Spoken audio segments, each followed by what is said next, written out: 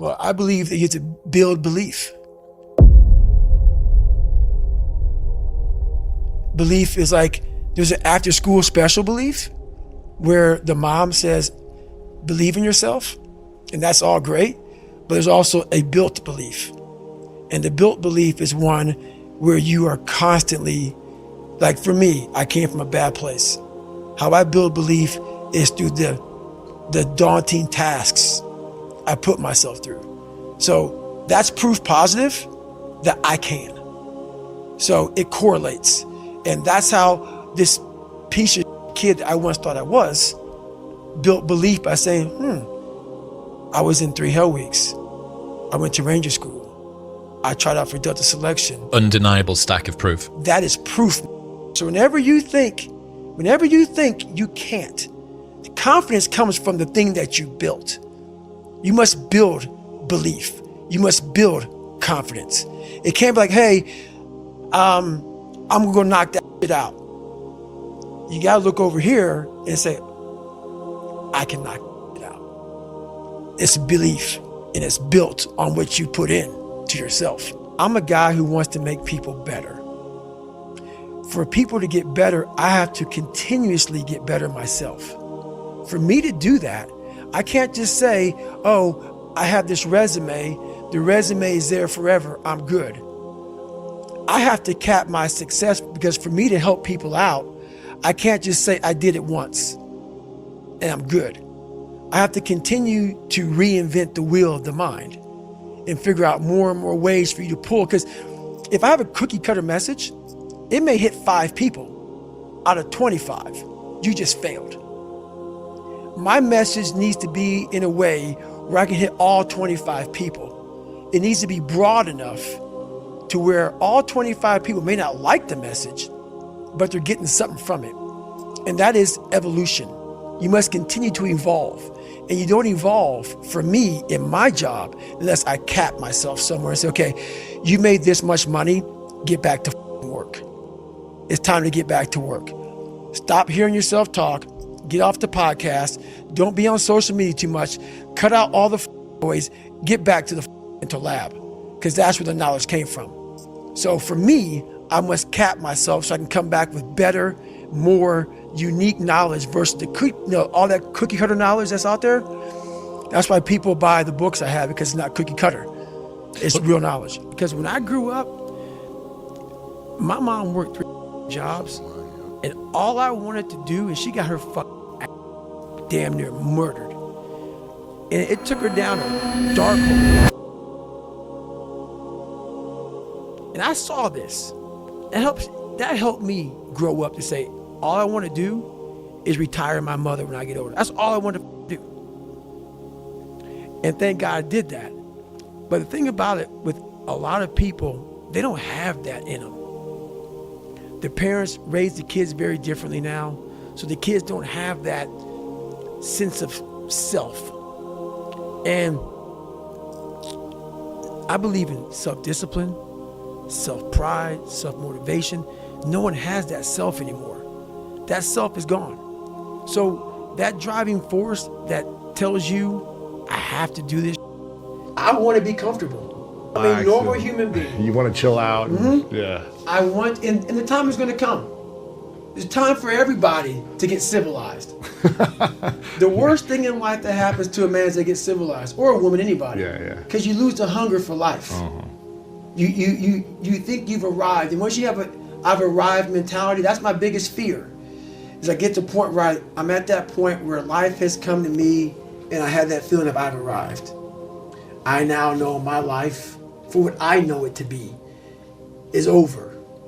Even though that's where comfort is and everything else, I found the most life in the most uncomfortable places in the world. I was the most David, the Goggins that I invented, because David Goggins was weak. I never want to get rid of Goggins. The guy I created, that weak person that used to be, the guy I created that can handle anything. You don't want to let go of that guy, because you realize that guy was made. You weren't born him. And that is, when you get comfortable, Goggins starts to die. he starts to die. That one creature from the Black Lagoon that can live in the sewer, that can eat rats all day, that doesn't need water, that doesn't need sunlight, that doesn't need nothing. He can just live because he knows he can. That's a powerful human being that you never want to, it's in everybody. I believe in a higher power. Don't know the name, don't know where it's coming from, don't know anything like that. But I believe that this power, and visualize me real quick.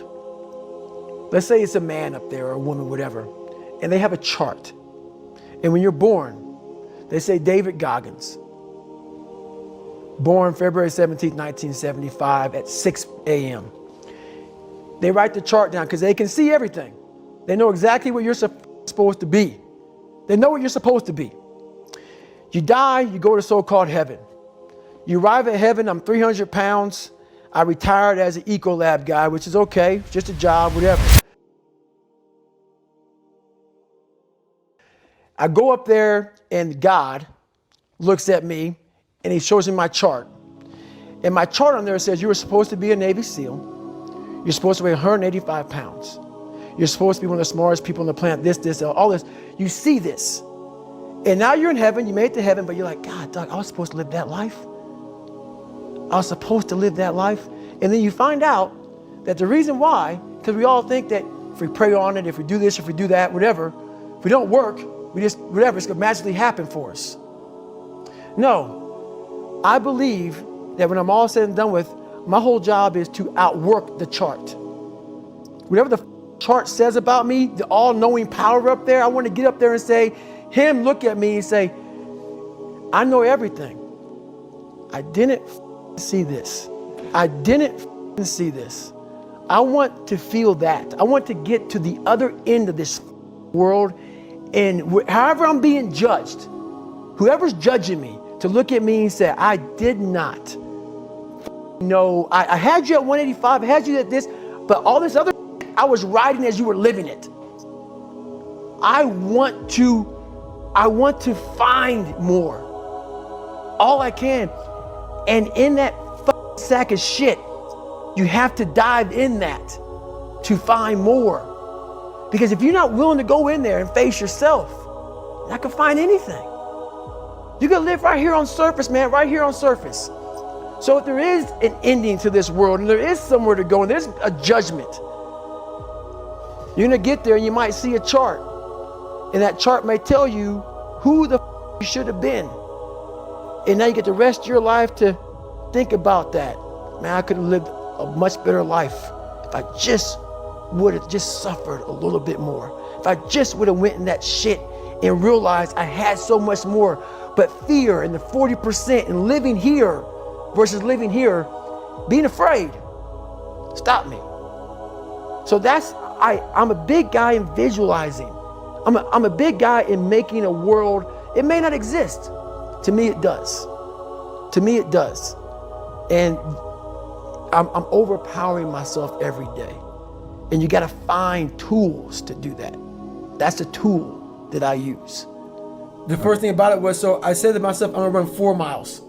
My first run, out the gate, I'm gonna run 4 miles. I ran a mile, I ran a quarter of a mile, walked home, sat on the couch depressed. I said, man, there's no way I can do this. But what I realized though, is I wasn't gonna give up. Because I already given up a million times. And I thought about, how would I feel at 50 years old? If you gave up now. If I gave up now. I mean, not to have, so I kept all this stuff in my mind. And basically, I started becoming obsessed.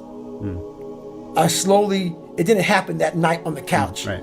Over a period of time, I started becoming obsessed with studying, with weight, with being somebody, with making people who thought I was gonna be nothing kind of like feel like shit. I became obsessed with, you have to make this right. And the only person that's gonna do it is yourself. So I became obsessed with just being obsessed. A lot of years of living, I honestly believed I was put here to show people how to get through the dark times. What mindset it takes to get through the dark times. When you've almost reached the pinnacle, but you never will. You never will, just because The lessons aren't learned at the top of the mountain, my friend. The lessons are learned in the middle, at the beginning, never at the very top. So that's why I became so knowledgeable, man, because I never made it to the top of the mountain. And every time I almost did, I had to climb back up. And every time I climbed back up, the lessons became more crystallized. Everything became a lot more clear to me.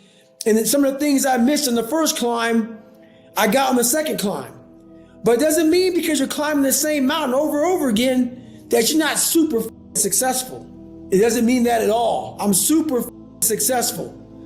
But the success came from climbing the mountain over and over and over again. And now I know the fastest route up that mountain. I know all the dangers. I know all the trip holes. I know all the wiring and ropes and anchor points. I know them all. Like, people think that the races I did in the military broke me. I was broken way before then.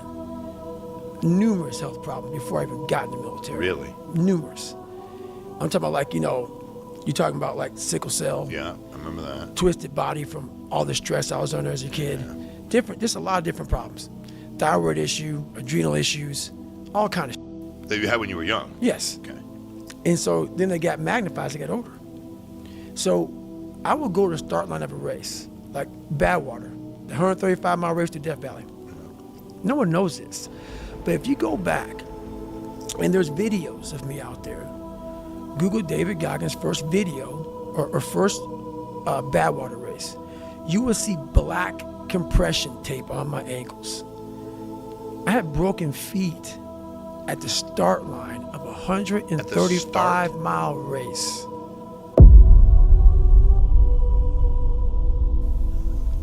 Your feet were broken? Broken. And if you go back, you will see as I'm finishing the race, you will see this black compression tape floating behind me. I went to the start line of that race. I trained for that race with broken feet. And I don't talk about a lot because what happens is normal people with normal minds can't understand that. So then you become a liar or this and that. But now I got to the point in my life where I'm like, you go f yourself, dude. If you don't believe it, go ahead. But I don't talk about a lot because I know what I've done, and I know what the mind can do and where it can take you. I've experienced it over and over, and my mom has seen it over and over and over again to the point where it's almost like I can't even believe sometimes, but I'm willing to go there. I'm willing to push myself to that limit and see what happens. I call it mental zones, but basically is you're organizing your mind so you can put that discipline. So a lot of people talk about discipline. Okay, great. Why do you fall off the wagon? Why can't I continue with this routine? Going to the gym, being better, waking up early, eating the right foods. It's because maybe it's your kids, maybe it's your wife, maybe it's your job, and it's all just stuffed in your brain. You don't have it compartmentalized and organized in these nice shelves. Like you look in the garage, it's all a nice organized militant garage. Hey, where are my dumbbells? Right there. A lot of people whose brain, hey, where's my dumbbells? Let me look. They're throwing shit, they're looking through totes, they're all up. So where am I gonna put discipline in that mind if I can't find other shit? You gotta be able to find all these different things in your mind. Oh, I can put discipline right there. I can put consistency right there. I can put all these things right there in that spot. So that's what I'm talking about. If your life is not organized, and your life being everything around you, because it takes one little up piece of an outside interference to clutter your whole mind. Because it's on such a knife edge. That's right. And people don't get that. Your mind has to always be clear. That's why I meditate 2 hours every single night, because I refresh, I reorganize the garage, which is my mind, every night. So then discipline's in there, organization, everything is in this right spot.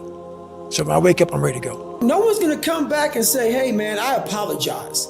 Maybe someone does.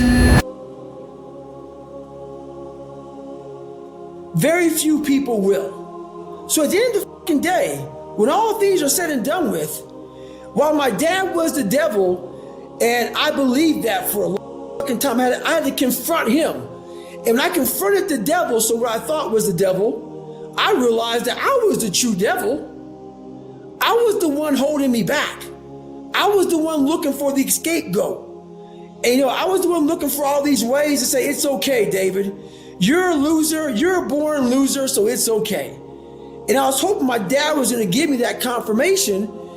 And he was a loser himself. But at the end of the day, when I left there, I realized, man, this is on me. My dad's up. My mom's up. The people around me are up. They're not going to save you. You got to save yourself, my friend. So that's when all that reality hit me. Nothing's permanent. Nothing's permanent. That's why I'm always big on, you have to keep what you want to be in the front of your mind, because you're going to always lose it within the suffering. And suffering, people always hear me say suffering, it's not just physical, man. There's so many forms of suffering out here, it's not even funny. And most of them are not physical. Most of them are psychological. So I'm going through this race. I get to mile 200 of my second Moab, and I'm doing well, but I'm in extreme pain, man. 6 layers of tape on my, it's just, I'm jacked, man. I have 40 miles to go. I'm having this woe is me. Why am I out here? I'm at high elevation. I can't breathe real well. Everything's wrong. So I'm with my pacer. His name is Mike. And I see this porta potty of sorts. And I'm like, I just need to get off the fucking horse. So I lie to Mike. I'm like, hey, man, I got to go to the bathroom. And I go in this outdoor house. There's a bathroom in it. So I went in there, and I'm in there, and I'm thinking, I'm like, God, man, I just wish I would fall into this fucking toilet. You know how like big sinkholes? I just wish I fall in there, man, and maybe I'll break my leg, or maybe something would happen where I can't finish the race. And as I'm talking to myself like this, out of nowhere, Goggins appears in my mind. He's like, man, are you really talking like this, bro? Imagine if you were to be able to have people hear your dialogue right now, man. You came out here in 2019 and this course kicked your and all you wanted to do was come back here. You trained on up knees. You put so many miles in. You visualized all this. You've run this course a million times. And now you're in a fucking porta potty like a little fucking whining and crying to yourself, lying to your pacer that you gotta. So basically, what happened was Goggins got a hold of me and knifed David Goggins and stuck him in that porta potty, and Goggins came out. And when Goggins came out with 40 miles to go, a 240-mile run, it was the most epic ending of any race I can remember. That last 40 miles was something that I can't even describe. But what I will tell you is, once again, it shows you what the determined mind can do. There's no David Goggins. There's just David Goggins. And that's what people don't get, man. David Goggins just changed his mindset in that porta potty. My feet still hurt. My back was still aching. The pack was still heavy. Everything was the same. The only thing that changed was how I approached the situation. I no longer wanted to be a victim of that race, a victim in my mind. I wanted to dominate when most people would refuse to dominate. I wanted to dominate under the most harsh environment. And that's what happened. People only put up on social media what they're good at. They put up all the good times. They don't put up the bad times. I put up the bad times. But what you have to realize about all these different things, you will never in your life meet a hater doing better than you. All these people are going on here hating you and disliking you, and you got to peel back from all that, man. We get sucked in like a vacuum, and we can't see anything. You got to peel back and say, what kind of human being is able to do these things? they're in a bad spot, a much worse spot than you are. So you have to learn to study everything in life. Everything in life you have to study. Study people. Most people are extremely weak. So they want to make you feel just like they do.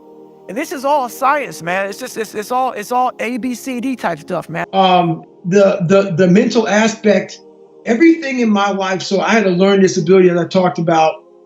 My physical gave me the self-discipline, and that literally has carried me over to, I can sit down and study what may take some people an hour to study. I have to sit down for maybe 10 hours to learn the same. And that's very frustrating. So I always talk about running and swimming and all the stuff I did in the military and pull-up records and powerlifting, all these physical feats. Some of the hardest I do in my life is just learning. But I got that self-discipline from waking up at 3 and 4 o'clock in the morning to go out in the cold weather, to get my run in, to get my lift in, to get my swim in, to do those things. It totally transfers over to my learning. It's that self-discipline you gain from feeling good about yourself by overcoming yourself on the physical aspect of life. And it transfers to your whole work ethic, and everything you do comes from the physical aspect of life. I truly believe that. And the physical and the mental are all one. I believe in quiet. There's no growth outside of quiet. The world's too noisy. Your mind needs quiet for you to find who you are. People ask, what's my purpose? Why am I here? You're not going to find it nowadays unless you lock yourself in a quiet room in your mind and find it. It's too noisy. For me, I can be in a busy street in New York City, horns honking, and I'm walking around with like nothing. It's me and myself in a quiet spot.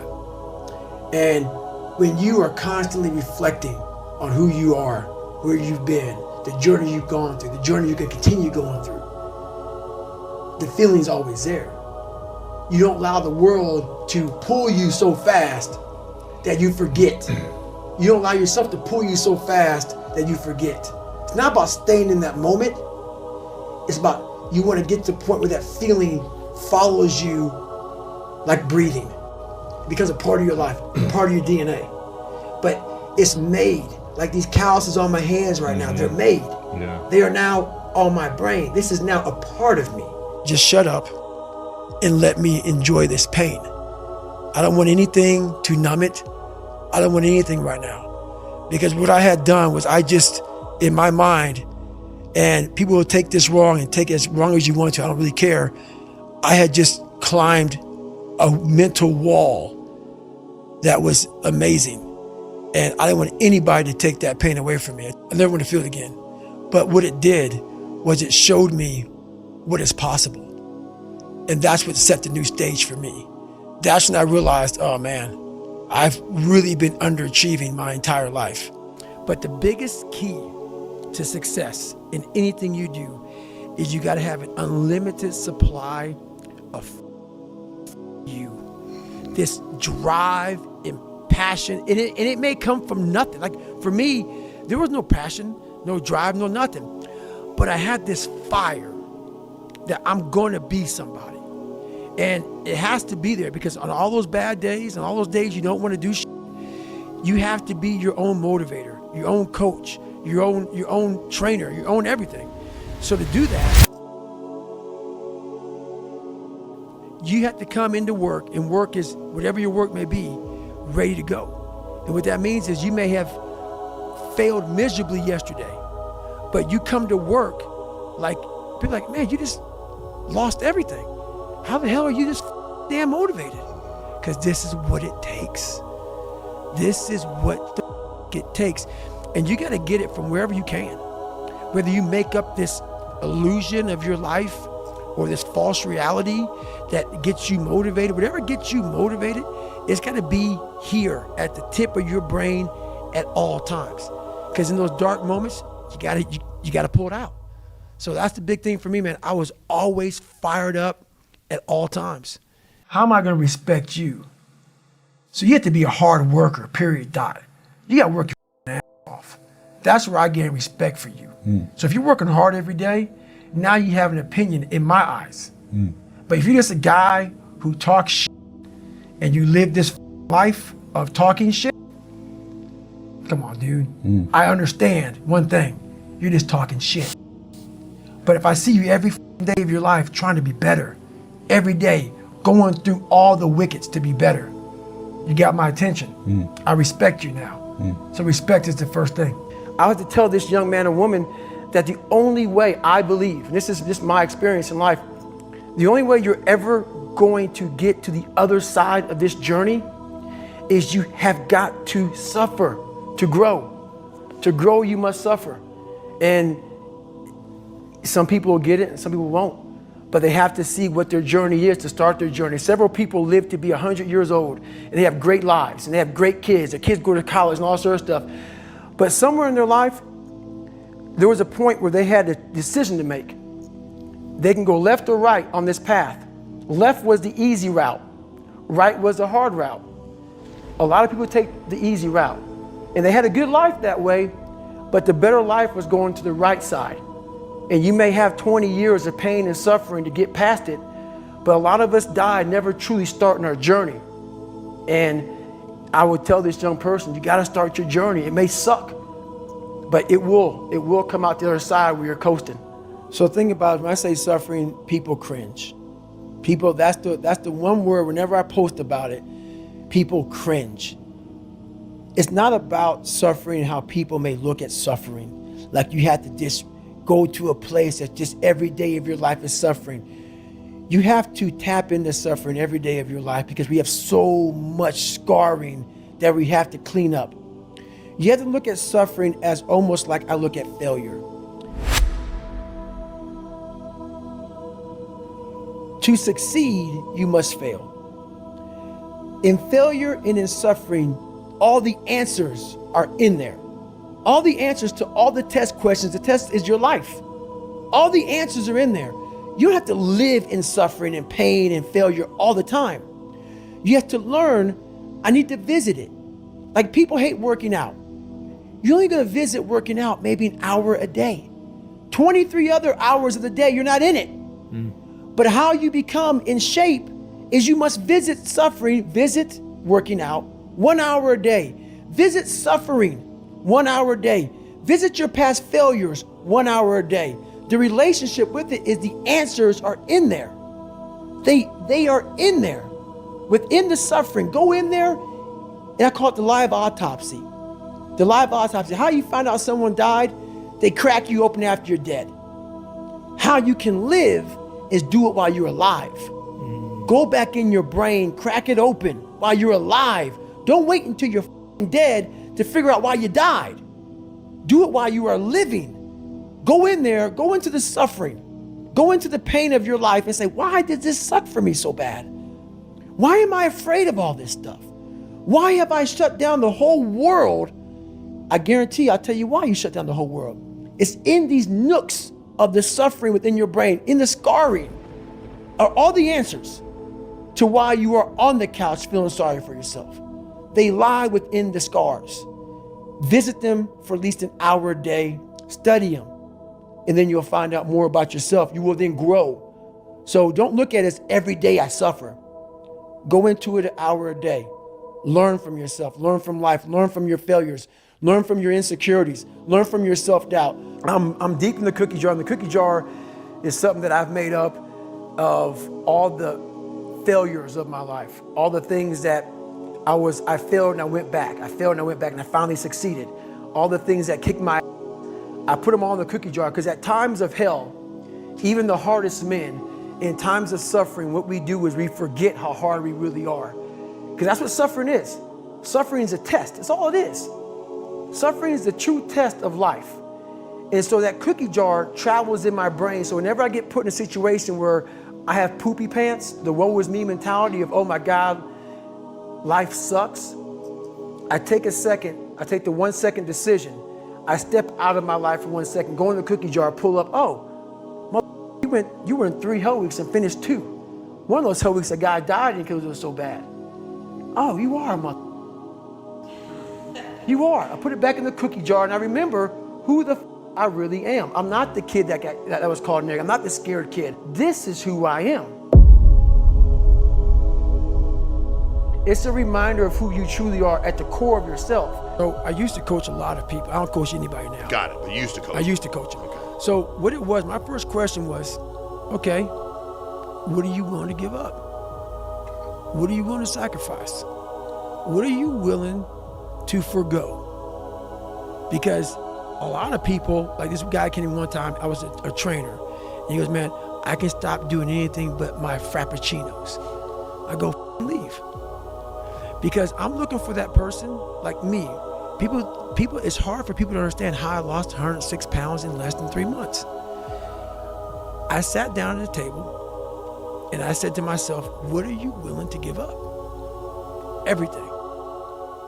And when people come to me with that kind of mindset, I can work with you.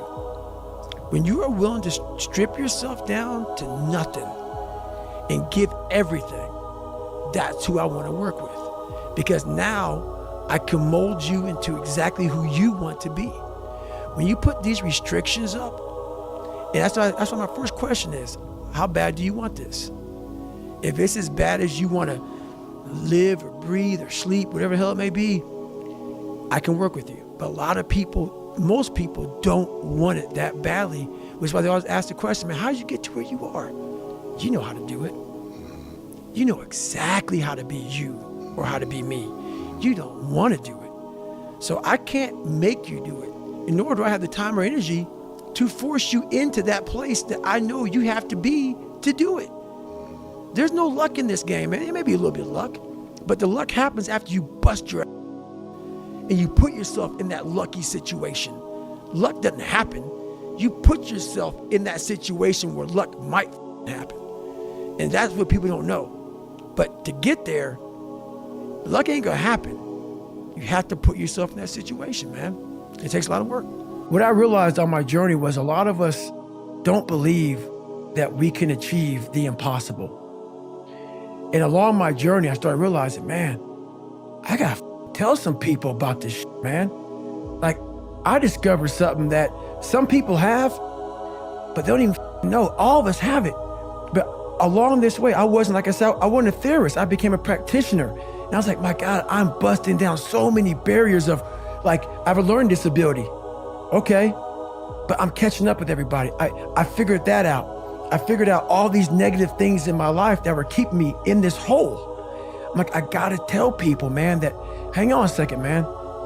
You can achieve the absolute impossible. You don't need great parents. You don't need like a private school. You don't need to have this humongous GPA and all this other shit. What you need is the one thing I talk about in my book, was a straight up brutal work ethic. You have to be willing to outwork everybody in the world. And that's the hard part. That's the hard part. This isn't like some 5-step process where if you do these 5 steps, you're gonna end up with this magical world. Nah, I'm basically teaching you how to callous over your victim's mentality. I'm teaching you how to, like I did 67,000 pull-ups in training for the pull-up record. I was seriously callousing my hands to protect them. What I'm trying to do with people is teach them how to find more of themselves to where they empower themselves. I'm all about the underdog. And that's where and you realize through hard work, you can outwork anybody, no matter how bad they are. But that's the part people don't want to dive into. Once you figure out that you're in a race amongst billions of people that live in this world, you're in a race by yourself. You have a purpose, and it's your purpose, not everybody else's purpose. It is your purpose and only your purpose, and it's your race. So then you're like, hey man, I'm doing my thing. I'm doing it the best of my ability. What's next? There's no longer these small increments to get through life. Because once you figure out why you're here, it just becomes a process. You are your own hero. You are your own leader. You are your own master. And that is a big one, because we idolize so many people, and we want to be them. We want to be someone else. And in doing that, you lose all the potential of who you are. You mimic, you be them, you are them, you become them, and you lose you. And we look up to so many people in this world who will let us down. We're humans. I'm gonna let you down. You're gonna let somebody down. If you put them on a pedestal, you then lose time when that person comes up and lets you down. You must hold yourself accountable, and being your own hero, that's what that does.